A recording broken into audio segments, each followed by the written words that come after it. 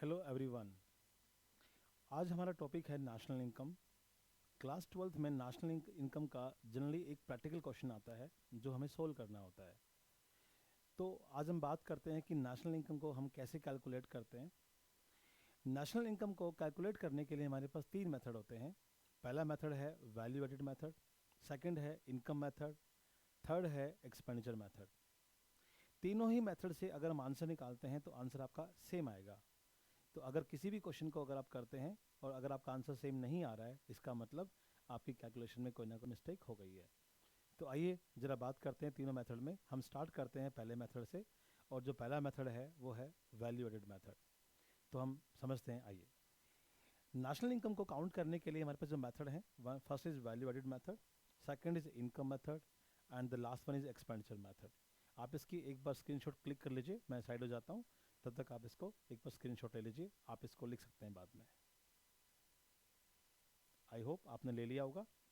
तो अब हम स्टार्ट करते हैं फर्स्ट मेथड से, जिसका नाम है वैल्यू एडेड मेथड।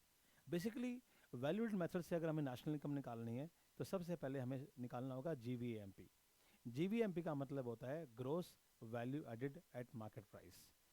सो जीवीएमपी निकालने के लिए हमें एक फॉर्मूला अप्लाई करना पड़ेगा, और वो जो फॉर्मूला होता है वो होता है value of output minus intermediate consumption. Value of output निकालने के लिए हमें किन किन चीज़ों को लेना है, आइए देखते हैं। सो वैल्यू एडेड मेथड हम अगर कैलकुलेट करते हैं तो उसमें हमें चाहिए सबसे पहले value of output. Value of output का मतलब ये होता है कि हमने इस साल कितना आउटपुट किया। उसको कैलकुलेट करने के लिए हमें चाहिए सबसे पहले सेल्स, और हमें चाहिए चेंज इन स्टॉक। सेल्स का मतलब ये होता है कि टोटल सेल्स हमारी कितनी है, यानी कि अगर हमने डोमेस्टिक सेल करी है तो वो काउंट करेंगे, अगर हमने इंडिया से बाहर एक्सपोर्ट करी है तो उसको भी काउंट करेंगे। क्वेश्चन में अगर सेल्स लिखा हुआ है तो हम ये मान लेंगे कि उसमें डोमेस्टिक सेल्स और एक्सपोर्ट दोनों के दोनों इंक्लूड है, राइट। तो इसका जो फॉर्मूला बन जाएगा वो बन जाएगा डोमेस्टिक सेल्स प्लस एक्सपोर्ट्स। अगर हम इन दोनों को प्लस करते हैं तो वो हमारा क्या बन जाता है, सेल। फिर हमें चाहिए change in stock. Change in stock का मतलब ये होता है कि स्टॉक में क्या चेंज आया है। तो उसके लिए एक फॉर्मूला अप्लाई करेंगे हम, closing stock minus opening stock. By chance question में मान लीजिए कोई एक वैल्यू गिवन नहीं है, क्लोजिंग स्टॉक वैल्यू गिवन नहीं है तो उसको जीरो मान लेंगे। अगर ओपनिंग स्टॉक गिवन नहीं है तो उसको हम जीरो मान लेंगे। अगर दोनों वैल्यू गिवन है तो दोनों के अकॉर्डिंग क्वेश्चन सॉल्व करेंगे। तो इससे हमारा क्या निकल जाएगा, इससे निकल जाएगा हमारा वैल्यू ऑफ आउटपुट। फिर हमें चाहिए होता है इंटरमीडिएट कंजम्पशन। इसका मतलब ये होता है कि हमने उन गुड्स को बनाने के लिए क्या क्या चीज़ें हमने यूज़ करी, जैसे कि रॉ मटेरियल या बाकी सारे एक्सपेंसेस। तो उसके लिए हमें चाहिए होता है परचेज प्लस मैन्युफैक्चरिंग एक्सपेंसेस।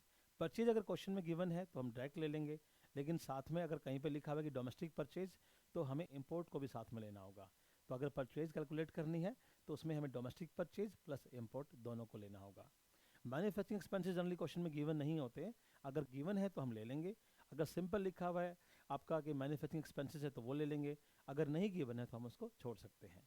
तो इस प्रकार से हम यहाँ पे निकाल लेंगे इंटरमीडिएट कंजम्पशन। तो value of output minus IC यानी इंटरमीडिएट कंजम्पशन से हमारा क्या निकल जाएगा, हमारा निकल जाएगा जीवीएमपी।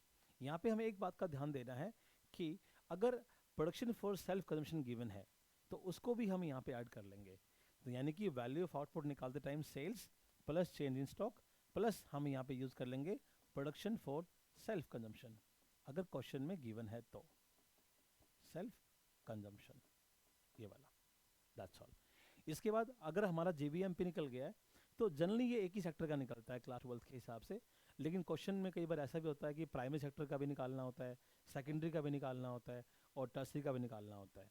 अगर क्वेश्चन में स्पेसिफिक गिवन है कि तीनों का निकालना है तो आपको तीनों को कैलकुलेट करना पड़ेगा। उसके लिए आप क्या करेंगे, आप तीनों का निकाल लेंगे जीवीएमपी ऑफ प्राइमरी सेक्टर, फिर सेकेंडरी सेक्टर और फिर टर्सरी सेक्टर। जब आप तीनों सेक्टर का जीवीएमपी निकाल देंगे, तीनों को हम प्लस करेंगे तो उससे हमारा बन जाएगा जीडीपीएमपी, राइट। आप जानते हैं जीडीपीएमपी का मतलब होता है ग्रोस डोमेस्टिक प्रोडक्ट, ये वाला। तो जीवीएमपी निकालने के बाद हम उसमें सबसे पहले माइनस करेंगे डेप्रिसिएशन। क्वेश्चन में उसकी वैल्यू गिवन होती है। इसका एक नाम और भी होता है, consumption of fix capital. Consumption of fix capital ये भी कई बार क्वेश्चन में गिवन होता है। फिक्स कैपिटल या फिक्स एसेट्स गिवन हो सकता है, तो ये हम ले लेंगे इसके अंदर। तो जैसे ही हम जीडीपीएमपी में से डेप्रिसिएशन माइनस कर देंगे, हमारा बन जाएगा एनडीपीएमपी, जिसको हम कहते हैं net domestic product at market price. उसके बाद हम इसमें से माइनस करेंगे एनआईटी। NIT का मतलब होता है नेट इनडायरेक्ट टैक्सेस, जिसको हम कैलकुलेट करते हैं एक फॉर्मूले के साथ।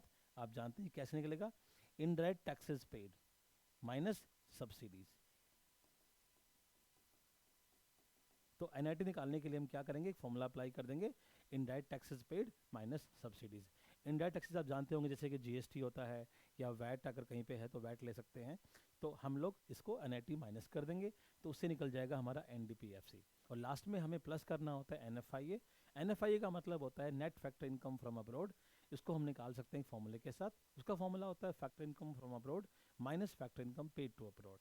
ये वैल्यू पॉजिटिव भी हो सकती है, नेगेटिव भी हो सकती है, या इसकी वैल्यू जीरो भी हो सकती है।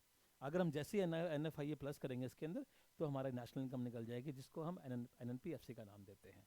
आप इनका स्क्रीनशॉट ले सकते हैं, अगर किसी भी स्लाइड का अगर आप चाहिए तो आप इसका स्क्रीनशॉट ले लीजिए।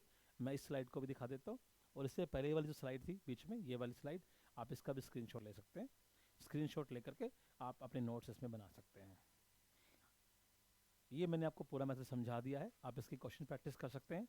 अगर आपके किसी भी क्वेश्चन में कोई डाउट हो तो आप कमेंट बॉक्स में लिख दीजिएगा, आपको जल्दी रिप्लाई मिल जाएगा। आज के लिए इतना ही, थैंक यू सो मच।